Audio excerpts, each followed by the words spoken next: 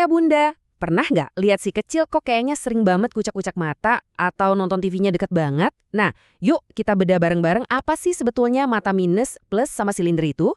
Tenang, kita pakai bahasa yang gampang banget kok. Perilaku kayak gini seringkali kita biarin aja ya kan? Padahal bisa jadi ini tuh cara si kecil ngasih kode kalau ada yang kurang nyaman sama penglihatannya. Jadi sebetulnya ada apa sih? Kalau jawabannya iya, ayah bunda nggak sendirian kok. Ini tuh tanda-tanda awal yang umum banget, jadi jangan panik dulu. Justru ini artinya Anda orang tua yang jeli dan peka. Keren! Oke, sekarang ayo kita jadi detektif. Istilah minus, plus, silinder kedengerannya kayak bahasa rahasia dokter mata ya. Padahal aslinya simple banget. Anggap aja kita lagi belajar nerjemahin resep kacamata si kecil. Yang pertama, mata minus atau miopia. Ini yang paling sering kita temui di anak-anak usia sekolah. Gini, coba bayangin bola matanya itu bentuknya sedikit lebih lonjong atau panjang. Akibatnya, gambar yang harusnya fokus di layar belakang mata malah jatuhnya di depan. Hasilnya, papan tulis jadi blur, tapi kalau baca buku di pangkuan jelas banget. Makanya di resep kacamata tandanya minus. Nah, kalau mata plus atau hiperopia, ini kebalikannya. Bola matanya justru sedikit lebih pendek. Jadi, fokus gambarnya malah lewat ke belakang layar mata. Ini bikin mata si kecil kerja rodi buat lihat yang dekat-dekat, kayak pas lagi nulis atau gambar. Gak heran kalau mereka jadi gampang capek atau pusing. Resepnya, tentu aja, pakai tanda plus. Nah, yang terakhir ini agak beda. Namanya silinder atau astigmatisme.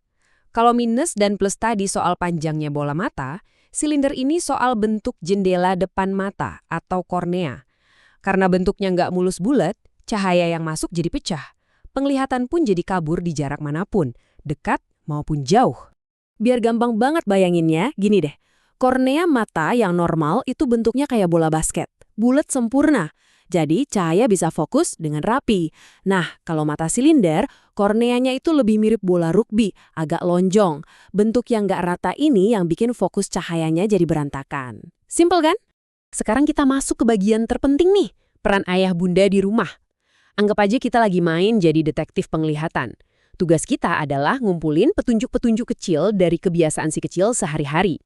Ini poin yang krusial banget. Anak-anak itu hampir nggak pernah bilang, "Bun, penglihatanku kabur." Kenapa? Karena mereka nggak punya pembanding. Dunia yang mereka lihat, yaitulah satu-satunya dunia yang mereka tahu. Buat mereka, itu normal. Makanya, mata jeli kita sebagai orang tua itu jadi kunci utamanya. Nah, ini dia barang bukti yang perlu kita kumpulin. Sering kucek mata, itu tanda matanya lelah. Suka miringin kepala pas nonton, itu dia lagi cari sudut pandang paling jelas. Nutup sebelah mata, mungkin mata satunya lebih jago kerjanya. Sering ngeluh sakit kepala apalagi pas pulang sekolah. Semua ini petunjuk penting. Oke, misi jadi detektif selesai. Sekarang, waktunya jadi pahlawan. Ada kok langkah-langkah nyata yang bisa kita lakuin baik di rumah atau dengan bantuan ahli untuk menjaga aset paling berharga mereka, penglihatannya. Coba deh kita ubah cara pandang kita. Ini penting banget. Tugas kita itu bukan cuma benerin mata anak.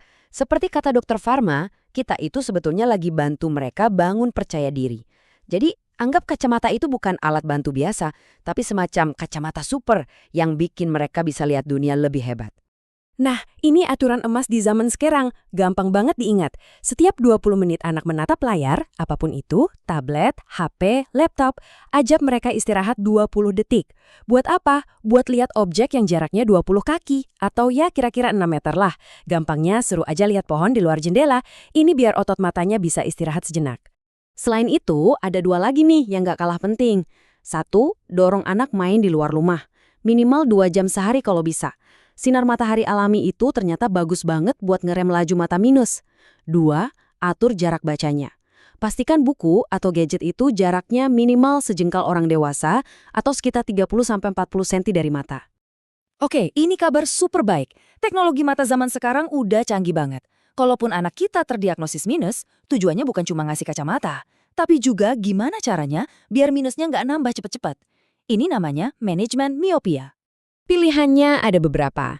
Ada kacamata dengan lensa khusus, ada tetes mata atropin dosis rendah, sampai lensa kontak yang dipakainya pas tidur. Semuanya ini punya cara kerja unik buat ngerem laju minus. Tentu saja mana yang paling pas buat si kecil harus didiskusikan bareng dokter mata ya.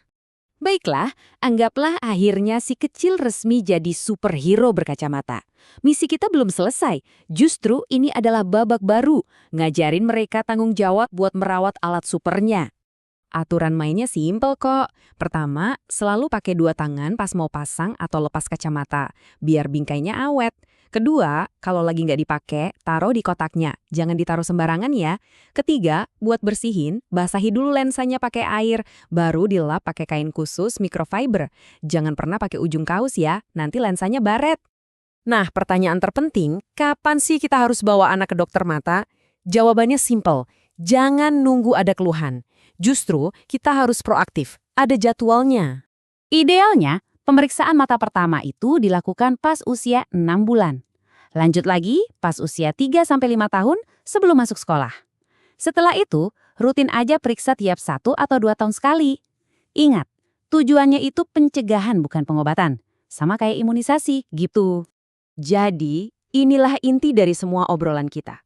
Kalau ada satu hal yang perlu banget kita ingat, yaitu deteksi dini adalah kunci.